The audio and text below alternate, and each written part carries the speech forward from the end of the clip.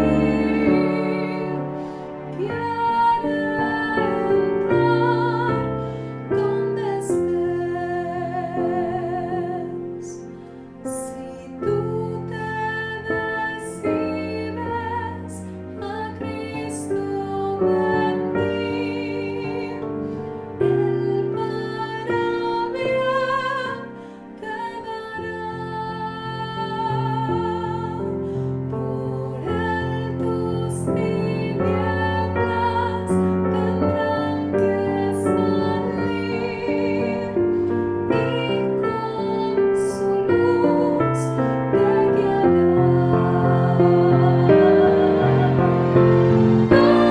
Tanto el Señor te esperando aquí, hoy te espera otra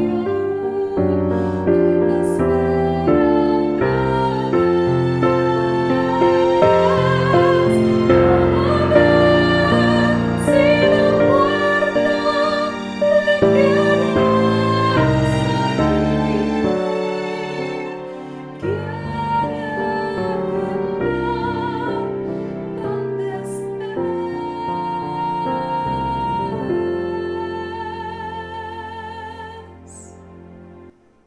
¿Qué tal? Buenas tardes, hermanos.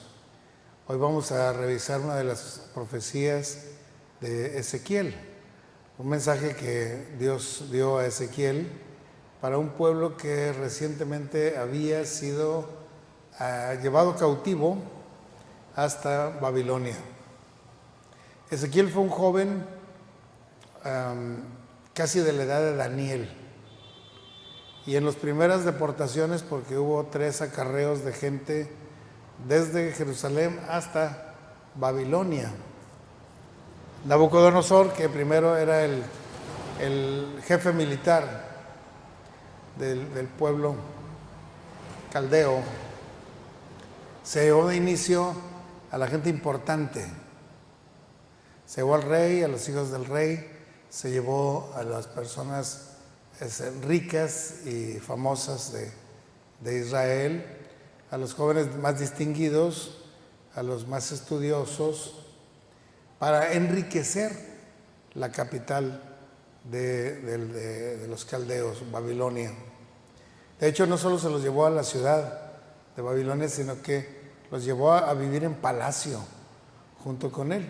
Ahí estuvieron Daniel, Sadrach, Mesach, Abed-Nego y muchos otros más, jóvenes israelitas distinguidos, capaces, inteligentes, sabios, entrenados en conocimiento judío. Así que Nabucodonosor entendía que si se llevaba a los seres más pensantes, más avanzados, enriquecería su nación, y así fue. Pero junto con esos jóvenes tan brillantes, también se llevó a mucho del pueblo, de los ricos del pueblo, de otras gentes, y entre ellos estaba Ezequiel, que era más de una familia sacerdotal, y fue llevado cautivo a Babilonia. Y dice la Biblia que Ezequiel estaba entre la gente, en un lugar donde los pusieron a descansar cerca de los ríos de Babilonia, y les decía a la gente: oigan, nos dicen que ustedes cantan muy bonito, canten algo, ándeles, canten. Y nadie quería cantar. Se quedaron una semana sin hablar, ahí sentados junto a los ríos de Babilonia. Pero en ese tiempo en que todo el mundo estaba descorazonado, porque Jerusalén no solo había sido atacada y vencida, sino que había sido destruida. Fue destruido sus muros, fue destruido su templo, fueron quemadas sus casas y se llevaron a toda la gente importante. Dejaron, claro, a los vagos, a los que muy viejos, a los que no podían servir para nada, ahí los dejaron. Quédense en Jerusalén, no hay nada que hacer aquí, quédense. Pero Ezequiel sí fue junto con el pueblo. Y ahí donde estaban todos tristes, que no se atrevían ni a cantar, ni a platicar siquiera, Dios apareció a Ezequiel y le dijo: hijo de hombre, ven para acá. Y empezó a darle mensaje para darle al pueblo. Alguien diría: bueno, pues un mensaje de consuelo, quizás una promesa de que los iba a rescatar pronto. No, todavía no. Los primeros mensajes fueron de juicio, de explicar por qué habían sido castigados tan terriblemente, porque sin duda ese fue el castigo más violento que recibió el pueblo de Israel, el pueblo de Judá específicamente, porque habían sido destruidas su ciudad, destruido su templo y destruidas sus familias y llevados cautivos sin esperanza de regresar a su tierra. Entonces era una temporada muy difícil y muchos de los que estaban siendo castigados no entendían por qué. No entendían por qué Dios los había dejado en manos de los babilonios, de los caldeos, pues. No sabían por qué. Algunos sí, pero otros no. Así que Ezequiel, que fue un profeta que trabajó con el pueblo que estaba en cautividad, fue el gran profeta de la cautividad de Ezequiel. Daniel también fue un profeta, pero él no ministró al pueblo. Él estaba de político allá en Babilonia con el rey Nabucodonosor, después con el rey Belsasar, después con Darío, pero fue un político. Dios reveló otras cosas, Dios reveló el futuro a Daniel. Pero Ezequiel estaba revelando el presente. ¿Por qué el pueblo estaba siendo tan severamente castigado? Repito, no solo habían perdido sus casas, su templo, su ciudad, habían perdido muchos de sus seres queridos en la guerra, todos tenían gente asesinada en sus familias, habían perdido a sus gobernantes, pero lo que más dolía seguramente era que habían perdido su comunión con Dios. Ya no tenían el templo, ya no tenían forma de llevar ofrendas ni nada. Sentían que Dios estaba distante o que los había abandonado definitivamente. Pero Dios no los abandonó, les envió a Ezequiel. Dice: Ezequiel, tú le vas a decir las cosas al pueblo. Bien. Dice así en Ezequiel 5: y tú, hijo de hombre, tómate un cuchillo agudo y toma una navaja de barbero y hazla pasar por tu cabeza y tu barba, y toma después una balanza de pesar y divide los cabellos. Una tercera parte las vas a quemar a fuego en medio de la ciudad. Y cuando se cumplan los días del asedio, tomarás una tercera parte y la cortarás en espada alrededor de la ciudad. Y una tercera parte la vas a esparcir al viento. Y yo desenvainaré espada en pos de ellos. Tomarás también ahí unos pocos cabellos en número y los atarás en la falda de tu manto. Y tomarás otra vez de ellos y los echarás en medio del fuego algunos. Y los quemarás. Y de ahí saldrá fuego a toda la casa de Israel. Porque así ha dicho Jehová, el Señor: esta es Jerusalén, la puse en medio de las naciones y en las tierras alrededor de ella. Y ella cambió mis decretos y mis ordenanzas en impiedad, más que las naciones, más que las tierras que están alrededor de ella, porque desecharon mis decretos y mis mandamientos y no anduvieron en ellos. Por tanto, así ha dicho Jehová: por haberos multiplicado más que las naciones que están alrededor de vosotros, no habéis andado en mis mandamientos, ni habéis guardado mis leyes, ni aun según las leyes de las naciones que están alrededor de vosotros habéis andado. Esa fue la palabra de Dios diciendo a Israel: lo he dividido en tres partes. Unos fueron inmediatamente asesinados y quemados, otros fueron llevados cautivos, otros van a ser esparcidos por las naciones, y solo me quedaré con unos poquitos cabellos, porque eso lo ejemplificó Ezequiel con los cabellos de su cabeza. Así fue la señal: córtate todo el pelo, y cuando te vean que estás rapado, van a venir a preguntarte: oye, ¿por qué estás rapado? En aquel tiempo nadie se rapaba, era una vergüenza el que se rapara el pelo de un hombre, y más de una mujer, ¿verdad? Una mujer rapada sería la vergüenza más grande que hay, pero aquí un hombre tan importante como era el profeta del Altísimo iba a cortarse el cabello, todo, y la barba también, lo cual en aquel tiempo, repito, era muy vergonzoso. O señalaba una vergüenza muy grande, o un dolor muy grande, o un duelo muy grande, o un luto profundo para quitarse el pelo. Y claro que sí había un luto muy grande, sí estaba siendo destruida la ciudad, y Ezequiel tenía que explicar por qué estaba pasando esto. Y se cortó el pelo y lo puso en una balanza y balanceó para que quedaran tres partes iguales, y entonces hizo con el cabello lo que Dios hizo con el pueblo de Jerusalén particularmente. Porque el pueblo de Jerusalén se había corrompido más que los pueblos chiquitos de Judá. El pueblo de Jerusalén se sentían invencibles. Pensaban que nadie los podría molestar por tener una ciudad en monte elevado, completamente rodeada de un muro. Ni siquiera el Sennacherib, el más grande de los asirios, pudo con Jerusalén, no la pudieron vencer. Y ahora vendrían a Nabucodonosor y pues tampoco van a poder. Tenemos muros bien altos, tenemos ejército, tenemos riquezas, tenemos amigos allá con los egipcios, y por si fuera poco, tenemos al Dios vivo con nosotros. Eso lo tenían como último recurso porque no les era tan importante su relación con Dios.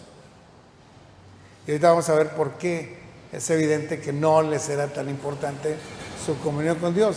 Ellos confiaban más en su ciudad, en sus muros, en su riqueza, en sus ejércitos, en sus armas, en su inteligencia, porque eran muy listos los judíos. Y al último, tenían amigos, ¿no? Sus amigos egipcios. Y en aquel tiempo el mundo estaba polarizado entre los asirios y los egipcios. La mitad del mundo pertenecía a los asirios y la mitad a los egipcios. Pero en este caso ya los babilónicos habían vencido incluso al faraón de Egipto y los habían alejado. Ya no había ayuda por ese lado. Sin embargo, ellos seguían confiando más en los recursos humanos, en los recursos económicos, en los recursos bélicos. Y al último decían, y también tenemos a un Dios muy, muy grande, que no nos va a dejar morir, nos va a defender al último. Y ahí fue su falta, porque Ezequiel les habla y les dice, miren, así como mis cabellos se han perdido, así todo el pueblo de Israel ha sido perdido. Una tercera parte ha muerto en la invasión, en la guerra. Otra mitad ha sido llevada cautiva y otra tercera parte será esparcida por las naciones. Y solo quedará un pequeñito puño de cabellos. Esto los voy a amarrar a la falda de mi túnica. Porque así dice Dios, yo voy a tener un remanente al cual voy a conservar. Por la fidelidad de sus promesas.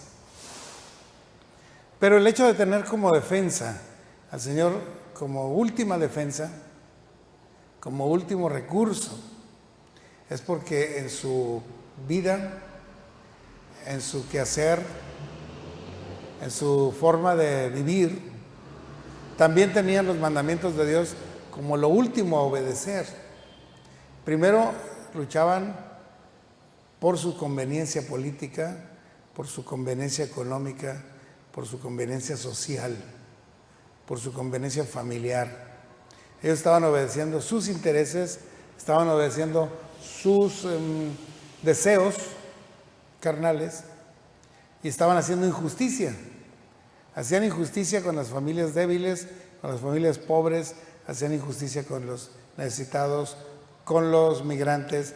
Ellos hacían injusticia por todas partes y querían enriquecerse en base a sus estrategias tan buenas como judíos. Por eso dice el Señor, lo que pasa es que ustedes dejaron mis mandamientos a un lado y no los practicaron y no anduvieron en mis mandamientos. Entre esta semana hemos estado viendo los mandamientos que Dios dio a su pueblo Israel ya en el desierto.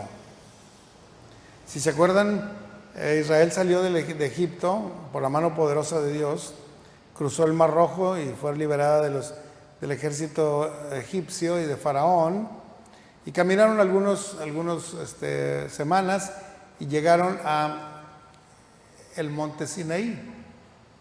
Y ahí, a las faldas de ese monte, el pueblo se quedó varias semanas, mientras Moisés hablaba con Dios y recibía mandamientos. La forma de hablar Dios con nosotros es a través de mandamientos.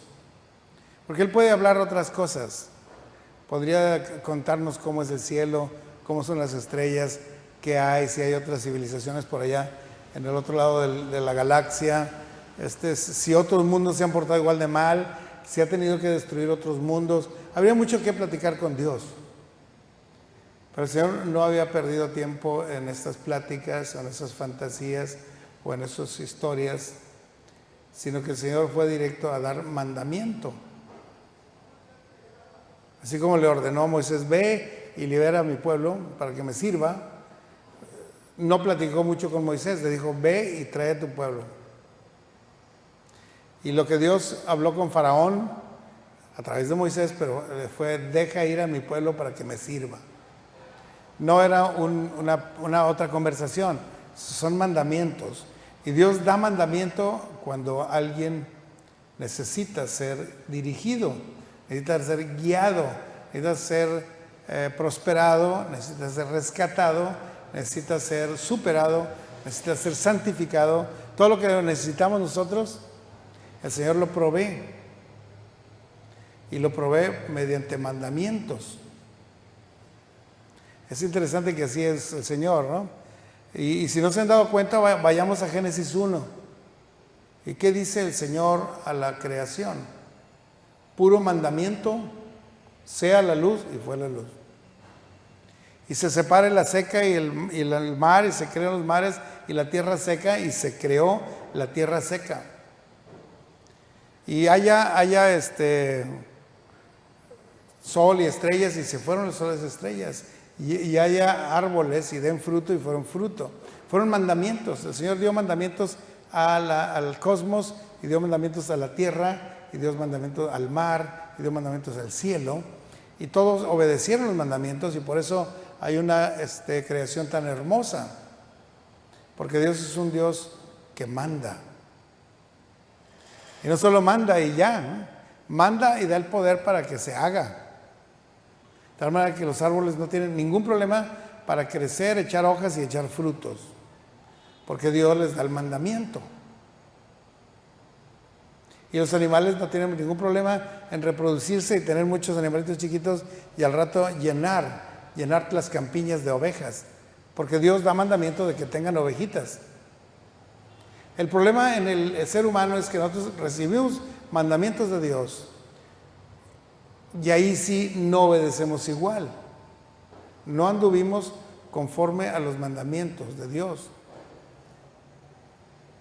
Y si no andamos conforme a los mandamientos, entonces nuestra vida se complica, se paraliza, se deprava, se corrompe, se hace inútil, se hace violenta, se hace indeseable. No sé si hemos notado cómo está la sociedad hoy en día en México y en el mundo. Hay tanta envidia, hay tanta inseguridad, hay tanta violencia, hay tanta crítica de unos a otros. Ya no hay presidentes buenos, ya no hay gobernantes justos, ya no hay nada bueno.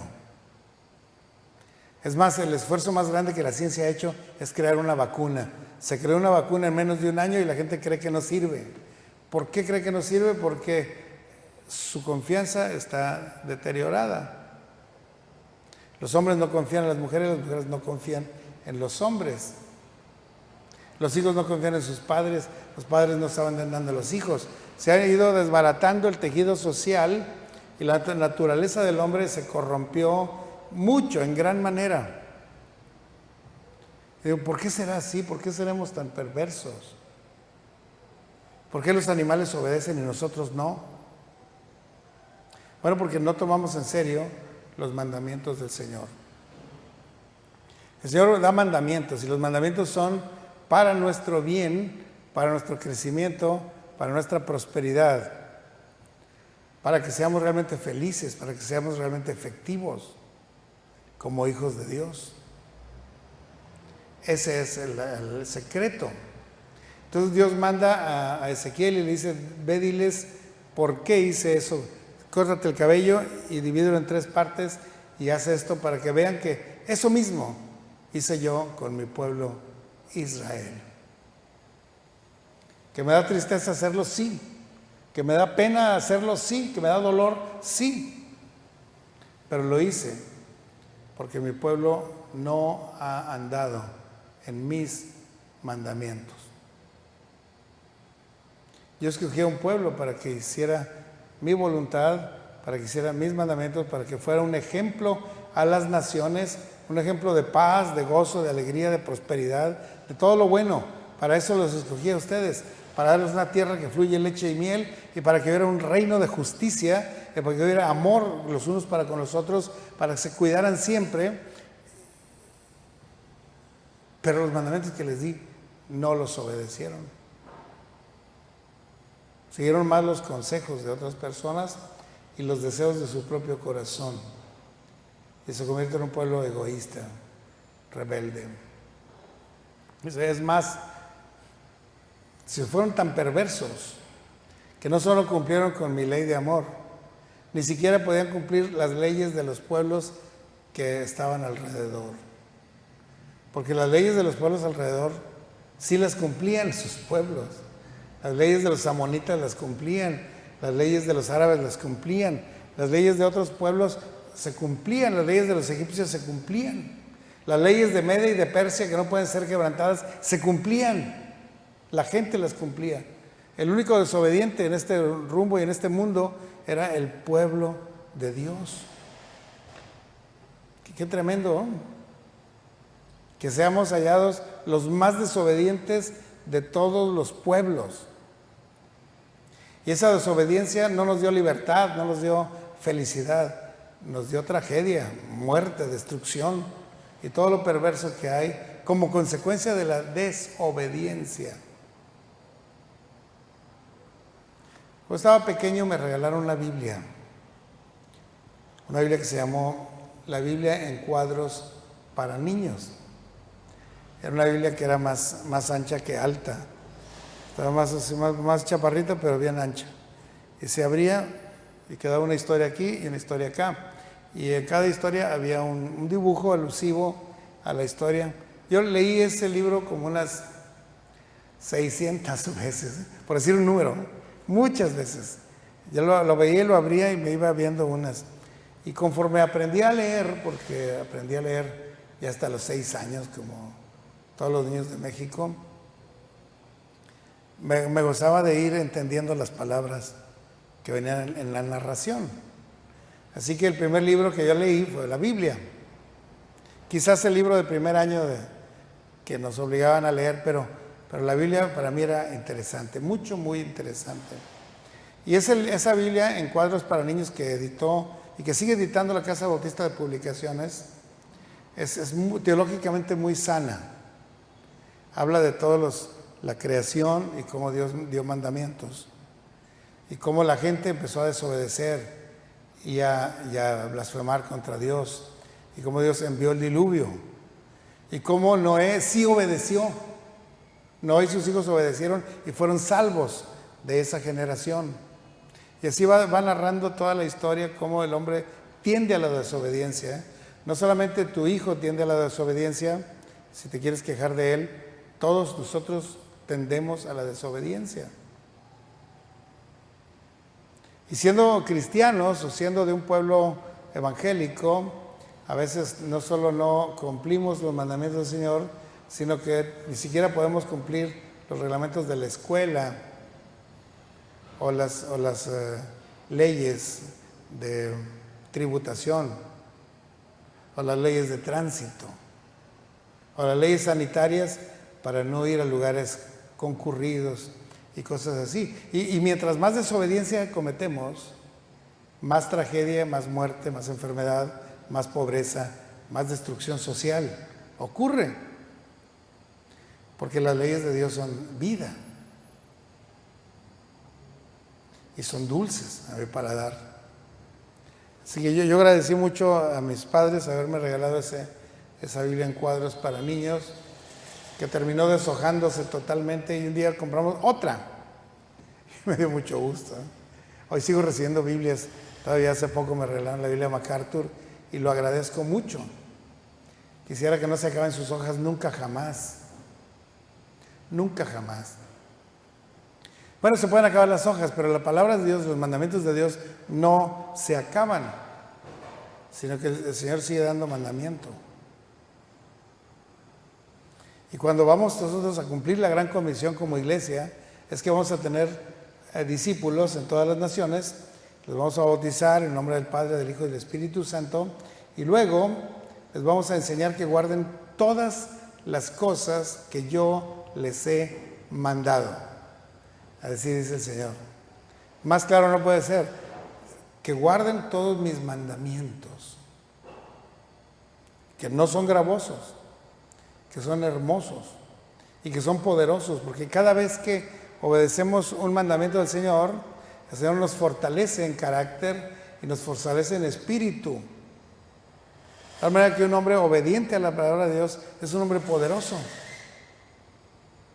Pero alguien desobediente a los mandamientos es un hombre vulnerable, débil, expuesto a cualquier cosa, desde las doctrinas falsas hasta las tentaciones obvias, hasta la violencia humana. Todo eso son tentaciones que el hombre tiene si no está firmemente agarrado de la ley de Dios, porque la ley de Dios es perfecta.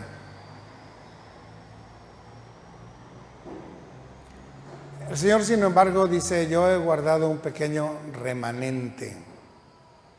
Ese pequeño remanente quiere decir un grupo de hombres y mujeres fieles, que sí guardarán sus mandamientos, y a partir de los cuales el Señor traerá salvación para su pueblo.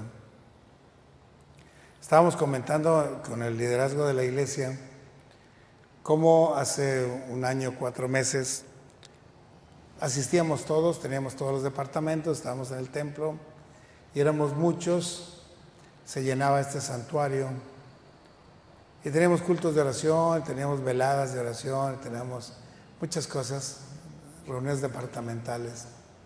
Y vino la pandemia y la forma de reunión cambió, nos hicimos virtuales y empezamos a tener reuniones en las líneas. Ha pasado un año, 4 meses. Parece que ya podemos regresar en parte. Sin embargo, no del todo. Una tercera parte puede venir y los otros cultos todavía no se abren. Los cultos departamentales todavía no. Y estamos observando un fenómeno muy doloroso. Aunque se abre el templo, no vienen 120 hermanos como podrían ser. Y los hermanos que se conectan cada día a los cultos han sido menos cada vez. ¿Qué está pasando? Nos reunimos con los pastores de todo México a orar todos los días. Y todos se han quejado de ese mismo fenómeno. La iglesia ha sobrevivido a la pandemia, pero no todos. Algunos murieron en la pandemia. Otros se fueron a otras iglesias, otros se han ido dispersados, ¿sí? Como cabellos de Ezequiel. Y solo un remanente queda firme en la iglesia. Un remanente de hombres fieles y mujeres fieles que pueden resistir lo que sea, porque han guardado los mandamientos, ¿no? ¿Cómo se puede hacer que tú resistas más? Pero ahorita estamos en una pandemia cuyos virus han sido modificados y hay variantes que son más resistentes a las vacunas y a los medicamentos y se contagian más fácilmente y la gente muere más fácilmente con estas variantes y la gente está buscando reformarse. Me quiero poner 3 vacunas, no 2, o yo me quiero tomar tantas vitaminas, no 3, pensando en fortalecerse. Y qué bueno que se inyecten muchas veces, qué bueno que tomen las vacunas, qué bueno que no salgan a ninguna parte, estén en su casa. Pero eso es material. Lo que nos hace fuertes realmente no es el exponernos llenos de fe. Yo me voy a ir al mercado lleno de fe.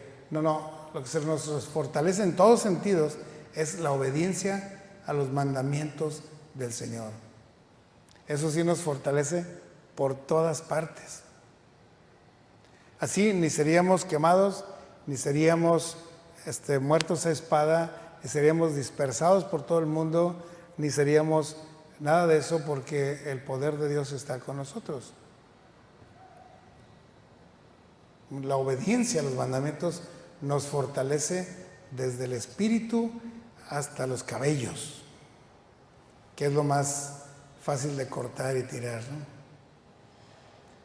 ¿Querría usted, hermano, estar fuerte delante de Dios y fuerte y estable delante del mundo y fuerte y resistente delante de las enfermedades y firme delante de las falsas doctrinas y resistente delante de las tentaciones?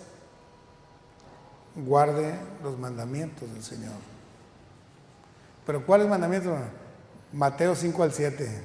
Con que guardemos esos mandamientos de Mateo 5, 6 y 7, seríamos hombres poderosos en el Espíritu. Así que ese es el consejo. Vamos a guardar los mandamientos del Señor, porque eso nos hace fuertes, estar tomados de la mano de Dios. Vamos a orar para despedirnos. Señor, gracias te damos por tu presencia, por tu palabra, por tu mandamiento, porque son espíritu y son vida, porque nos dan fuerza y resistencia, porque nos hacen más que vencedores. Gracias por tu palabra y por tu consejo y por tu gran mandamiento, que es la gran comisión de hacer discípulos y enseñar eso mismo. Te rogamos, Señor, por los hermanos que han estado desconectados, que podamos alcanzarlos, que podamos recuperarlos, ir por ellos. Una vez que la restricción que ordena el gobierno pueda ser retirada y superada. Dice a los hermanos que han estado enfermos, que han tenido dificultades económicas, Señor, y dales paz en este tiempo. Despídenos con tu bendición en el nombre de Jesús, nuestro Señor y Salvador. Amén. Si se humillara mi pueblo y oraren y buscaren mi rostro y se convirtieran de sus malos caminos, perdonaré sus pecados y sanaré su tierra. Himno 188.